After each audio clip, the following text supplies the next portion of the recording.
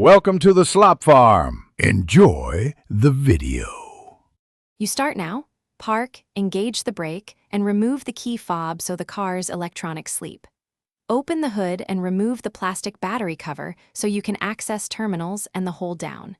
Put on gloves and safety glasses, then loosen and remove the negative terminal first to prevent accidental grounding, followed by the positive terminal. Once both cables are free, unbolt the battery clamp or hold down. Keep bolts and clips in a small tray so nothing disappears as you lift the battery out. With the old battery out, lift straight up to avoid tipping acid. Set it on an absorbent surface for safe transport. Inspect the tray and cable ends. Clean corrosion using a baking soda and water mix, then dry thoroughly so the new battery seats flush. Verify the replacement matches Ford's group size and CCA rating so electronics and starting performance remain correct.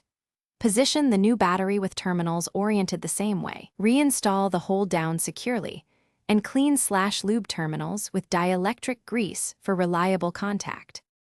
Once the new battery is seated, connect the positive terminal first so you avoid accidental shorts, then attach the negative terminal last.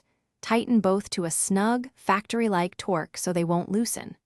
Replace the plastic battery cover, start the engine, and make sure the charging indicator is off and the idle is steady. You should see normal voltage from the alternator. Finally, recycle the old battery at a certified facility. If the car doesn't start or electronics act up, check the main fuses and the battery sensor connection. Thanks for watching. Consider subscribing if we helped you today.